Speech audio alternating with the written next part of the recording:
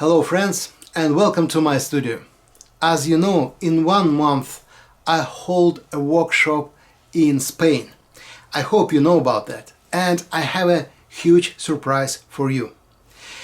If we have a perfect combination between perfect materials, perfect brands in one perfect place, it's like a miracle. So on that event, on this workshop, I will be happy to represent my set from Escoda brushes. Yeah, they make a set special for me, and it's incredible quality brushes, I believe you know that, and perfectly selected. That's exactly what you need to make a perfect painting, especially in the plein air, which we will do on my workshop. Plus, I have a special gifts for you from the Daniel Smith. So in one perfect place in Spain, we have a presentation of my new set.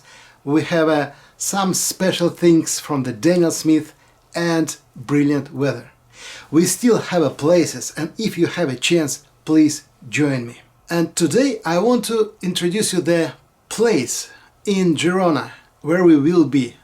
I took that photo 3 years ago in 2019 in October, and I will be happy to back to the same place after 3 years after all our pandemic time. So this is our reference photo, and I will try to make the simple sketch.